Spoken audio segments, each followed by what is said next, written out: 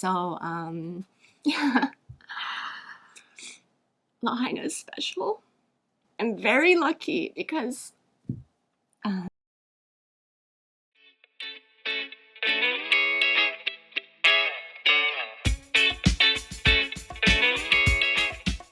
everyone! Hey everybody! Welcome to Gengolingo mini lessons.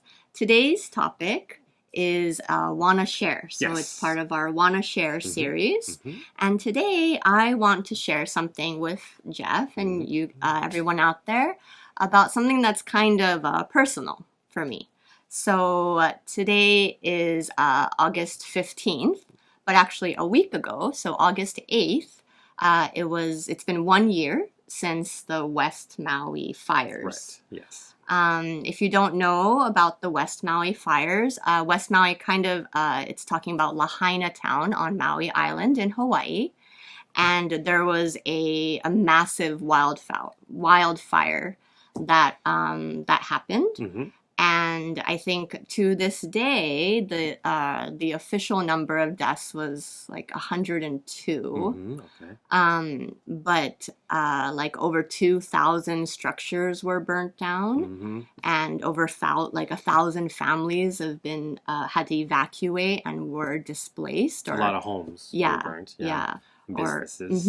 And actually, people are still having trouble finding housing and finding a place to call home even a year later. And it's very personal for me because my friends are among those people that lost their homes. And Lahaina is a very special place for me. Yeah, for me too. As well. Yeah. So yes, I wanted to share this this anniversary, I should say, or this date with you, that it's been about a year. Yes. So the fire, I remember, I think surprised everybody about how bad it was, how serious it was. Right. So there was like some kind of a mix of conditions that created that, right? Can you talk about that? Yeah. So at the same time, there was a hurricane or a tropical storm, shall we say. So the winds were, gusting at really high speeds, maybe like, I don't know, 60 to 100 miles per hour, maybe, that caused the fires to really spread extremely fast. Right. So I think fires were one problem, but then the firefighters, many of whom are also my friends, had a hard time controlling the fires because the winds were so strong. So it would jump over the highway or, jump from one place to the next really quickly. I think one thing is many people think of Lahaina because it incurred the most damage. Yeah, that's what I heard the most on the news. Right. Lahaina, yeah. Yeah, which is West Maui, but there were actually fires simultaneously in upcountry Maui, so Kula, and Olinda, which is where my high school was, and also on other islands at the same time. Yeah. So the first responders or the firefighters and ambulances and everyone involved in that kind of work were just scrambling. They were, spread thin. Yeah, it was a very scary time. And we're all the way over here in Japan, feeling helpless, not being able to help or do anything about it except just, pray and watch the news. Yeah. Yeah. I've been to Maui because of you. I'm lucky to go there, and occasionally I would hear like, oh, there was a fire on Maui, and often, people talked about it in a casual way. There was a fire. It's okay. It was put out. So a fire maybe is not a strange thing to happen on Maui. Yeah, that's right. I think, like, in West Maui especially, there's a lot of dry brush. Yes, yeah, very dry. So when, something happens, it might be a power line or it might be a cigarette that someone throws out their window when they're driving. Fires are very common, but they usually happen in areas where there aren't many houses. Yeah, okay. Yeah, and this one happened again, it happened in the brush above the houses, I believe, but because of the winds that I was talking about, it got brought down to the housing area really quickly. And it destroyed the historic town of Lahaina. Well, let's talk about Lahaina. You Mhm. mentioned that Lahaina was special to you. Mhm. I always think like you're a Kihei girl, so Yeah, that's true. Kihei is a bit further down the island. Mhm, So can you tell us why Lahaina is special to you? Yeah, Lahaina is special to my family Mm-hmm. because so my dad's kind of like what would we say? He's crazy. I'm joking. He definitely got an adventurous Yes, streak. yes, he's got an adventurous streak. He took a risk, I guess we should say. Throws caution to the wind. Yeah.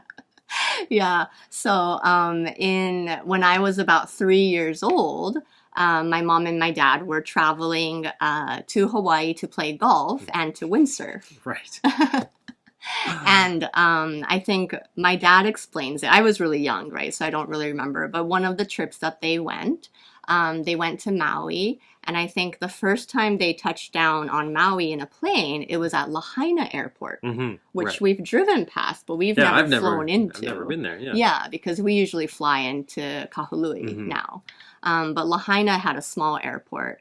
And they touched down in Lahaina, and the way my dad explains it Mhm. is he stepped off the plane, Yeah. and he was just like, I want to live here. Oh yeah, I know that feeling. Yeah, I think I had the same feeling, but my adventurous streak is not so strong as his. Yeah. So, and then they played golf and windsurfed or whatever they did, and then there was an open house Yeah. in Kihei, actually. Open house, are people gonna know what that is? Oh, I wonder, is that a thing in Canada? Yeah, we use the word open house. Okay. Yeah. So, So, there was a house that was for sale, and Mhm. the realtor was allowing anybody to come in the house Yeah. and check it out and maybe buy the house. Exactly, which is what happened. Right. But an open house. So instead of making an appointment, right, to go and see a property, they just have big signs that Yeah. say open house Come at this on in. address. Mhm. Yeah, so you can go and it's really fun. Sure. I enjoy them. Yeah. But yeah, so my parents went to an open house, and without speaking any Mhm. English, Yeah. luckily the realtor spoke some Japanese, but like just on a whim, my dad was I'll like, take it. yeah. And he bought a house. Uh-huh. Yeah. Yeah. So that's how much of an impact Lahaina on Mhm. Maui had Right. on him. Yes. And so they came back to Japan Mhm. and, upended our life here. Mhm, mhm. Sold businesses, sold the apartment, whatever. And in 6 months, we had moved to Hawaii. It's amazing. I was 4 at the Yeah. time when we moved. Some people say my mom is also crazy for having Oh, yeah. like, Definitely. right, like a 4-year-old Yeah. and being like, okay, sure, Sure. we'll move to Hawaii. But that's where the story of Mhm. our living in Maui starts. Mhm. And Lahaina, like you said, Mhm. is depending on road conditions. Yeah, It's like yeah. anywhere from maybe 30 minutes to it could take an hour on the pali if there's like traffic on the Mhm. pali Yeah. Yeah. from my house. But I would often go there because I loved Front Street. Yeah. Front Street. Front Street, yeah, Mhm. it's like the street right along the water with the shops and the Mhm. restaurants. Yeah. The And- big banyan tree. Yes, You the probably see banyan that tree. in the news a lot. It survived. I know. actually. That's fantastic. Yeah. Yeah. It would be really sad to lose that. So, yeah.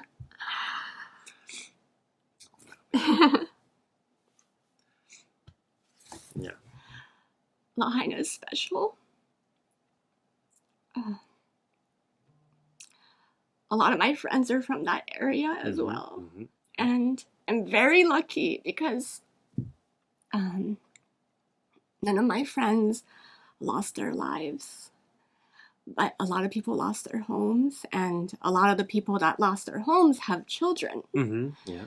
that are similar in age to our kids. So thinking about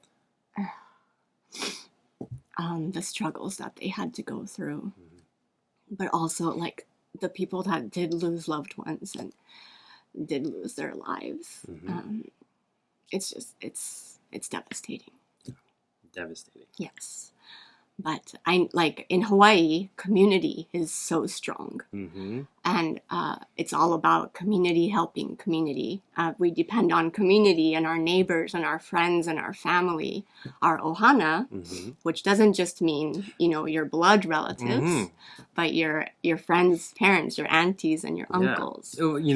People might get confused by ohana. Like when of course, Japanese people might think flower. Right? Right. That's not what she's talking about. Yeah. Ohana is a Hawaiian word. Yes. Right? For family. For family. Yeah. It's bigger than just your biological family. Yes, exactly. So if you watch Lilo and Stitch, they talk about it. Oh, okay. I haven't ever seen it. Okay. I'll check it out. It's one of their main themes, I guess. But ohana is anyone that you consider to be your family, right? Your adopted family, even they say these days. So community helping community is very strong. And right after the fires, people who had lost, their own house was burning down. We're trying to help other people get out of their house or do what they needed to do to survive. And I think because of that community, because of that bond, Maui will rebuild and Lahaina will rebuild. Yeah. So I'm excited to see what that will bring in the future. But right now, it's only been a year, so the wound is still very raw. Yeah. Yeah, I mean, I've seen videos of how it looks in the past week, and yes, it's going to take time, but yeah, I'm confident it will bounce back. Yeah, I think so too. But sorry for the tears. Thank you for listening to this Wanna Share. And if you have any questions or you have any insight, leave it in the comments. And we'd be happy to get back to you. Thanks for sharing, Maui. Okay. Okay. Thanks, guys. Thank you. See you next time. Bye.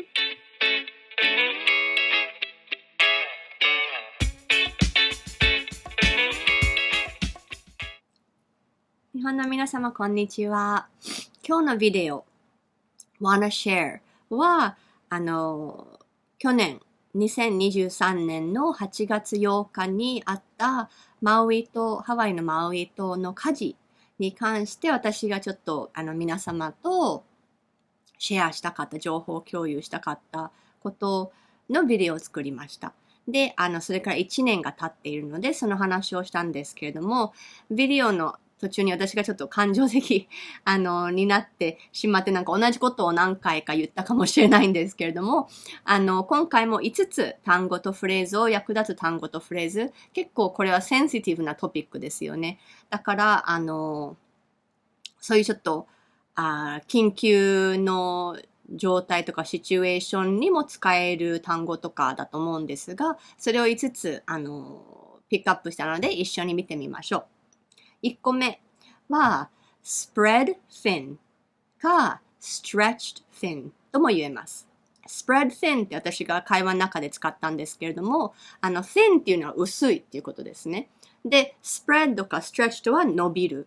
だから薄く伸びるとか、薄く広がるっていうのは、イメージ的には、少ない人数とか、少ないリソースですごく大きいものをやらないといけないときに、例えばマウイの火事の場合は、もう火事が島中あちこちに出ていて、違う島にもあったんですけれども、島中であちこちいて、やっぱりマウイ島の消防士と、あとは緊急団体の救急車に乗っている人とかも、あとポリスですね。警察官も、やっぱり人数限られてるじゃないですか。みんながその仕事できるわけではないから、人数限られてるのにも、島中のあちこちにあったから、もう、本当だったら10人ぐらいでこの1個の場所の火事を、対応するのに、それがなんかこっちに5人とか、こっちに3人という感じで、spread thin って言うんですね。で、私の一番大親友の、友達の旦那さんも、そこの、マウイ島の消防士をしてるんですけれども、やっぱりそれが一番ね、悲しかったっていうか、後悔したっていうか、なんか何ともできない気持ちになってしまったっていうのが、次のあれなんですけれども、feeling helpless。feeling helpless っていうのはもう本当にもうどうしようもできない。もう help っていうのは助けるじゃないですか。だから helpless っていうのはもう自分は何しても助けられない。自分は何してもそのシチュエーションを良くすることができない気持ちになるのが feeling helpless。だから例文としてはThe firefighters and first responders were stretched thin and feeling helpless.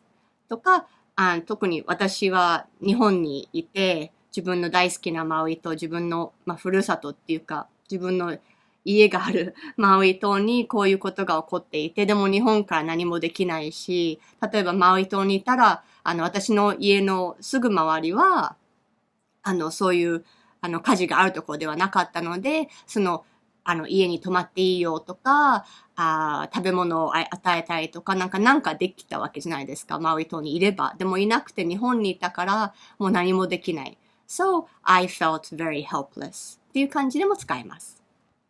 で、3番目と、4番目は、ちょっと、私の父の話なんですけれども、なんでラハイナ、なんでマウイ島が私にとってすごくスペシャルなところ、すごく特別なところかっていうと、私の父のキャラクターが adventurous って言ったんですけれども、日本語で調べたら大胆的とか、冒険的って出てきたんですが、もう本当にとりあえずやってみようって思う気持ち、思うキャラクターが adventurous って使えますね。だからリスクはあるんだけれども、とりあえずやってみよう、やってみたい。って思って、それにアクションを起こす人を adventurous って使えます。adventurous は形容詞なんですけれども、ジェフが言ったみたいに、your dad has an adventurous streak。streak っていうのは、そういう線っていうか、そういうキャラクターだよねっていう感じで使えます。